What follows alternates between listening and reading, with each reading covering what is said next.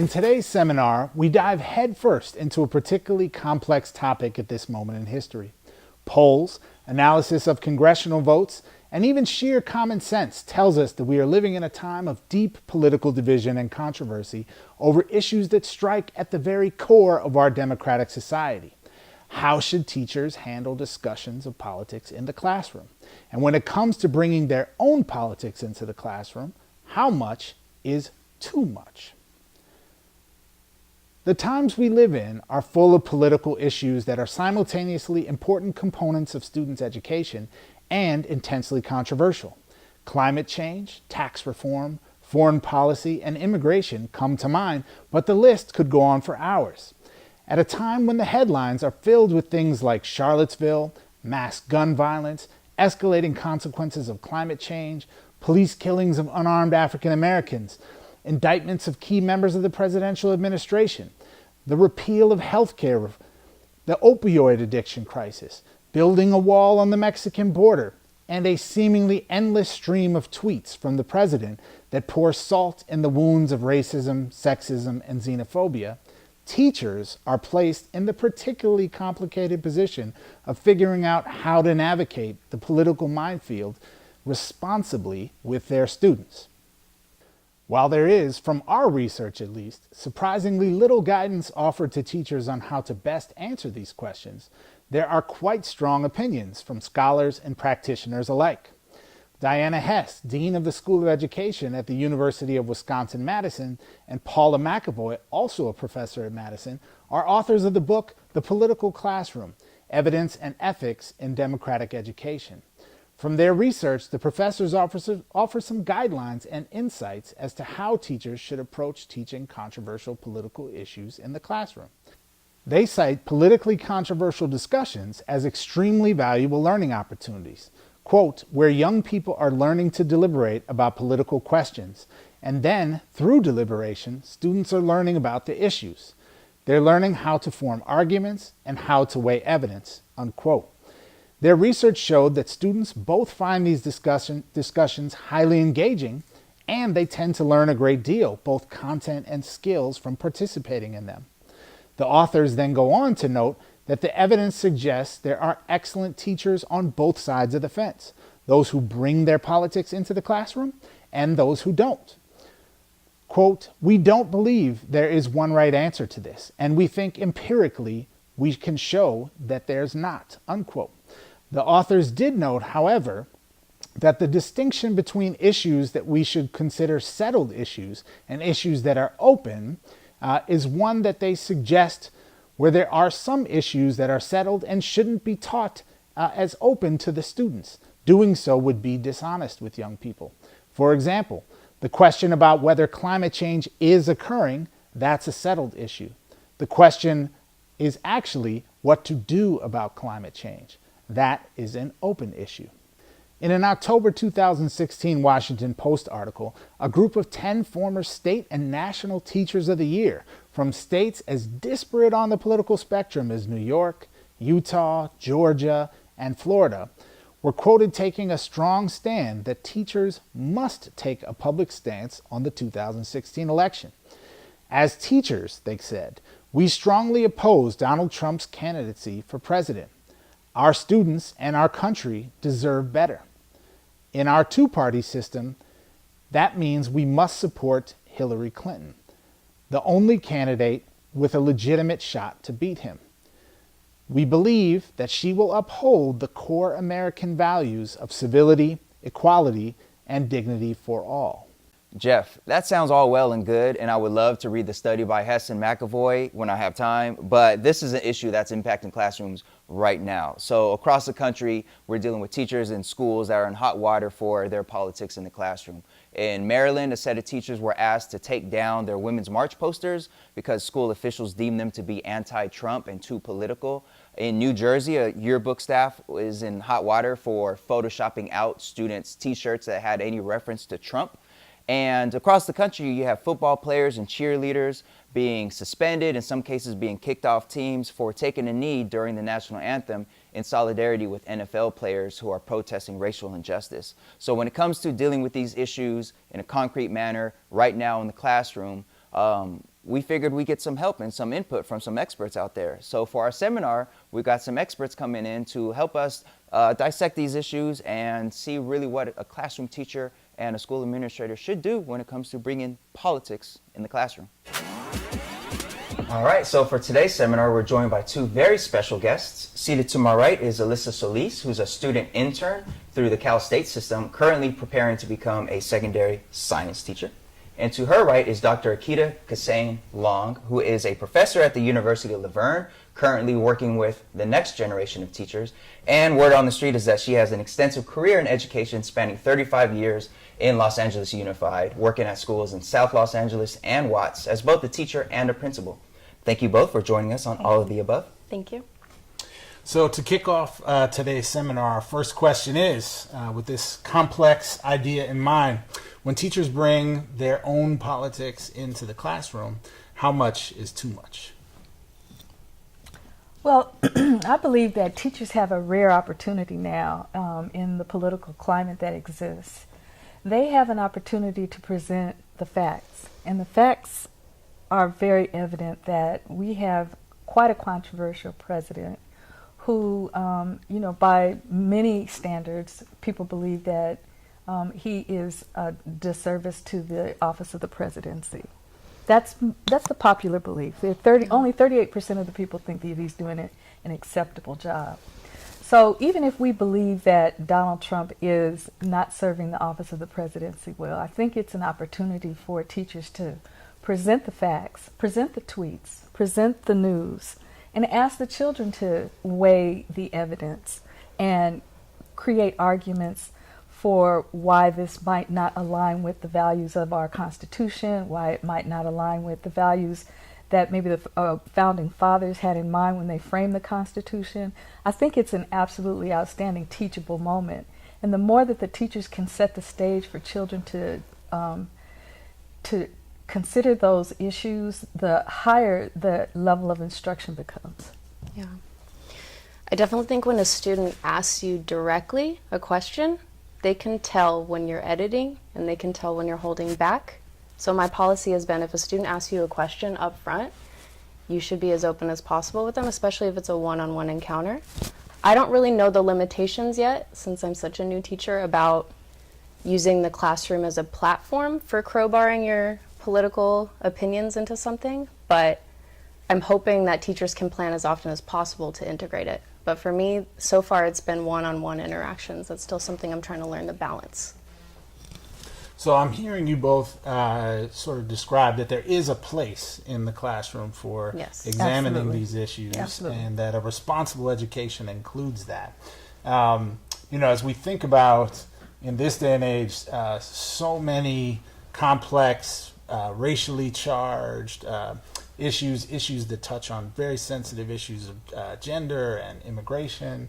Does the line move at all in terms of what's acceptable for teachers to bring into the classroom of their own politics, or does it stay the same? I always use the barometer of what would I want my own children to be exposed to. And let's just say, for the sake of argument, our family was very proud of the fact that Barack Obama served 8 years as a president. But let's say, for the sake of argument, that my grandchildren had a teacher that didn't feel that way. It would be really conflicting for that child to hear from their teacher who, little kids, especially as an elementary educator, they believe everything that their teachers say. I would much prefer the facts be presented and that children could weigh on both sides of the issue as opposed to it being espoused from the teachers a belief. And I think that we owe the children that, even if we don't like Donald Trump, which many of us don't, I would still want to present the facts and let the children be the ones to parse out what they believe as opposed to what they hear their parents say or what I believe. I think that's the line, is like giving them the choice of like, you can give your opinion, but say, I understand that other people think differently, but you can give the backing for why you feel that way. I do remember having a high school physics teacher who was a climate change denier, and he made it a central focus of our physics classroom. And it's all I remember about physics from high school is that My teacher thought climate change was not real, and we had to write a paper about what we believed, and it was just like so unrelated, and to him there was no alternative. So I think the balance is allowing students to know that there is another opinion, but I'm going to be real with you about what my opinion is. And I feel like we're a little lucky here. The student population here is, I have yet to meet a student who's a Trump supporter here, so I feel like it's easy for me to say, yeah, we can be as open as possible here. If we go to another school district where there's a little more diversity of opinion politically, I don't know how I would deal with that. I think it's a really interesting point, an interesting example you bring up. Sometimes I wonder how much of our perspective on this is really ultimately self-serving, right? If the viewpoint that's being brought into the classroom is one we agree with, then we're good. If it's an opposing viewpoint, if we were, instead of in Los Angeles, if we were in rural Arkansas in a very conservative place, and instead of pictures of Barack Obama, there were pictures of Donald Trump on the wall, would we feel the same way about it? I think it's an interesting mental exercise to grapple with that, right? What do we really believe versus what are we comfortable with because it agrees with us?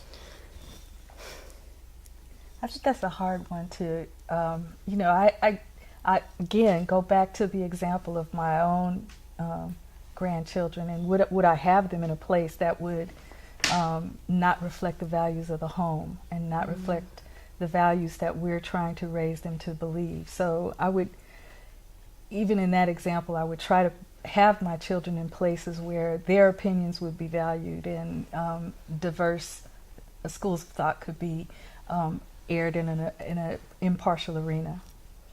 So some would argue that because of these challenges and because of the difficulty in navigating these waters and having a physics teacher who is focused on climate change being a liberal myth or a myth from China, some would say that the best tactic would then be for teachers just to be apolitical. Just teach physics, don't go into politics, just stay out of it, just don't even divulge your current thinking about any political issue. Is that possible? No. I think children, even young children, understand authenticity. And I think what they'll remember is that you weren't telling them the truth. Right. And so you have to come from a place of truth when you deal with children. And so to say, these are my values, these are the facts, here's one point of view, here's another point of view, let's discuss it so that you can integrate those 2 points of view into what you believe. I think that's how we, as servants of the public trust, serve our children best. Right. But to pretend it doesn't exist, that's inauthentic. And classrooms aren't preparing students for the real world, it is the real world. So that is where those conversations need to happen. Yeah, I think this question is a very powerful one because it always reminds me as a former history teacher to think about the past, and I would argue we have lived through the so-called apolitical era before, when history was the story of wealthy, powerful white men, and that's what was taught in schools. And history did not include women, and history did not include people of color, and did not tell the indigenous history of the United States or other parts of the world. A choice to ignore something is just as political of a choice, I might offer, as a choice to include something. I don't know if there's an escape. Right. I agree. And I would add that, especially for teachers working in areas where they are teaching students from marginalized communities, when you are dealing with a climate where everything from immigration to gender and racism is a topic in the news every day and every night, as a teacher, if you're not addressing that, if you are staying silent or so-called neutral on these issues, that silence is really loud to these students who are dealing with real trauma, real anxiety, real uncertainty over these issues. Yeah. So as teachers, I think no matter what your personal political views are, your duty is to help your students process these challenges that they're facing, especially if these are children from marginalized communities. So if you're not doing that, if you're just staying neutral and maybe playing it safe, that actually is adding a lot to the problem. I also think that we have a golden opportunity to teach the children about the other branches of government. Just because we're not in agreement with the president doesn't mean that the other two branches of the government are not busy at work or balancing the power, which is what the Constitution promises to us as American citizens. And so we have an opportunity to show them how in a democratic society the vote is what is the power, and we can begin to lead a grassroots movement of empowerment in marginalized communities, letting them know that they have the powers in the ballot. Right. So then I'm curious, Alyssa, for you, since you are currently in your teacher preparation program, and this is a very politically tense time, have any of these issues, or just the general topic of a teacher and that teacher's political views in the classroom, has any of that come up yet in your training? Yes, it has. I actually am in a very social justice oriented program. They advertise it as such. That's why I signed up for it. So it has a very self-selecting group of folks of a certain political leaning. So I'm glad for that. And we had the conversation, but the conversation wasn't should you be political, it was how political can you be without getting fired? So they just skipped over that conversation entirely. So I'm really glad we're having this conversation together, because I was actually fired from a previous instructional aid position for my politics. So I'd had this conversation before then. But yeah, it was assumed that you are a teacher, and my program is only math and science teachers. So it is assumed that as a math and science teacher, you're going to embed this into your math and science classrooms. So that's a big part of what we're talking about. I can't speak for other programs though, right? So I don't know. Well, I mean, that's awesome, because I think a lot of times, myself as a social science instructor, I think of how I can embed this into my social science instruction, which is, for sure, has to happen because it's social sciences, but for your program to be math and science focused and also have that concurrent theme is amazing. Yeah, so they talked about climate change. Definitely not presenting it as a 50-50 issue, because it's not a 50-50 issue.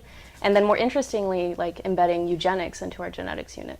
Stuff like that, how we can be more creative about the long struggles that we've had and embedding that into our science curriculum. Great. Yeah. So I think something that I'm pulling from your comments today is this fundamental tension between a lot of the issues that we're grappling with in society right now and the sort of basic nature of school. Schools tend to be a place where there's a certain universal set of values that whether you're in a liberal area or a conservative area, we keep our hands to ourselves in kindergarten, and we share nicely with others, and we respect the dignity of all people. And there are policies on the books at the state level to support these things, and there's rules on the wall in classrooms to support these things. And that's sort of the culture of school. But in our society, we're seeing some very explicit promotion of other types of values, right? We're seeing very noteworthy politicians promoting the use of violence to resolve conflicts, or saying that there's space for an explicitly white supremacist ideology in our government, right? And so when we have the kind of culture of school and then these things that are happening that are inconsistent with that, that seems to maybe put school at odds with some of the objectivity that we were just talking about. And I'm wondering to get some of your thoughts about, in an environment where we want to be neutral in presenting facts, but where these things are coming into conflict with school, how do we resolve this tension? Well, we teach children all the time that all adults aren't perfect. And sometimes adults make poor choices, even if it's the President of the United States, because women should always be respected. Gold Star families should always be honored. Blacks and browns have just as much right to the American system as any other people of color or not. And so we continue to say, these are the things that America represents. There may be people that operate within the context of America that don't represent what we believe to be true, but that's their choice. And it's a good thing, because the United States is a place where we do have a choice. There's not someone saying that if you act this way, then you lose your rights. You act this way, you get heard, we don't agree, and we agree to disagree. It's not a totalitarianism. I think it's an opportunity again for us to show the children how democracy works. I agree, and I feel that a lot of social justice oriented teachers are encouraging those conversations of saying, like, isn't that crazy what's happening out in the world, so that we're not normalizing it.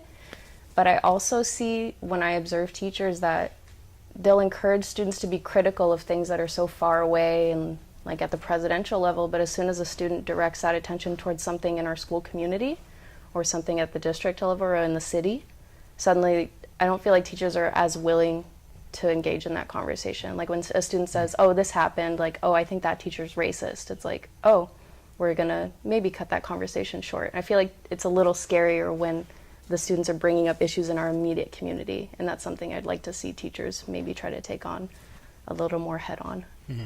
Yeah. In the abstract, it's easier to get into the murkiness. But when it's your coworker that students are talking about or something, suddenly these issues are like right in front of your face. Like that's a conversation that needs to happen too. But then the way we go about waging our, do we just identify and label people, or do we work through a process? Mm-hmm. And is that process mirroring what it is that we're teaching our children how to be citizens in our nation? Yeah. Great. So there are resources that I'm aware of for teachers who need some support in navigating these political waters. For example, teaching tolerance or facing history in ourselves. Do either of you have any either tips or suggestions for teachers who might be watching this who want to do something to support students and speak out against some of the bigotry and violence that's out there, but are maybe afraid because they don't want to be fired? I need resources. Give me resources. I think it's an opportunity to talk about what we can do as a community to rally support for voter registration and participating in the elections and promoting active community citizenship. Because I think, we see low voter turnout in areas. That suggests that people do not feel empowered to make change through the democratic process. And the more that we exercise those kinds of activities in the school, even if it's conducting student government elections and having recycling and ecological campaigns on our campus, we're showing them and modeling to students in the microcosm how to be democratic citizens in the larger world. Thank you. Well, unfortunately, we are at the end of our seminar for this episode. We'd like to thank both of our guests. This is an ongoing discussion for sure, this topic of politics in the classroom. And we definitely encourage anybody out there to add your comments and your perspective and shoot us your ideas as far as dealing with politics in the classroom. And we thank you both for appearing on all of the above, and we thank our viewers for tuning in. Thank you. Thank you.